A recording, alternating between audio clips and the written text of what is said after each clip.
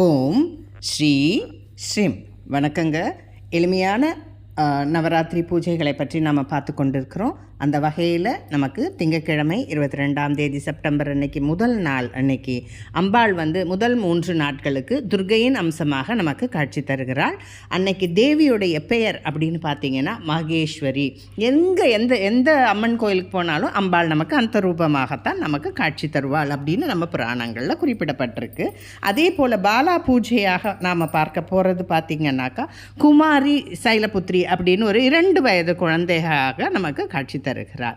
அந்த அம்பாளுக்கு உண்டான நைவேத்தியம் அப்படின்னு பார்த்தீங்கன்னாக்கா வெண்பொங்கல் ரொம்ப சிறப்பு. கோலம், புள்ளி கோலம், சிக்கு கோலம்னு சொல்லுவோம் இல்லைங்களா, அது போடலாம். பூ இலை அப்படின்னு பார்த்தீங்கன்னா மல்லிகை பூவில் நாம் அர்ச்சிக்கலாம். வில்வம் தளங்கள் இலையை வைத்து நாம் வழிபாடு பண்ணலாம். பழம் நைவேத்தியத்துக்கு வாழைப்பழம் சிறப்பு. நிறம் பச்சை.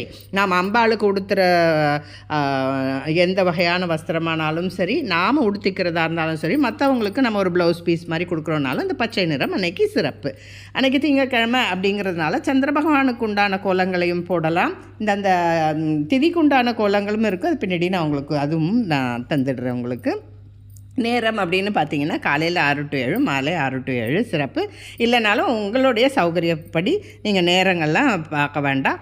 எப்போ முடியுதோ அப்போ ஆனால் கட்டாயம் பூஜையை பண்ணிவிடுங்க. முதல் நாள் பார்த்திங்கன்னா அம்பாள் நிறைய அரக்கர்களை தான் இந்த நவராத்திரியில் 9 நாளும் அழிக்கிறது. அந்த வகையில் இன்றைக்கி மது கைடவர்களை அழித்தாள்.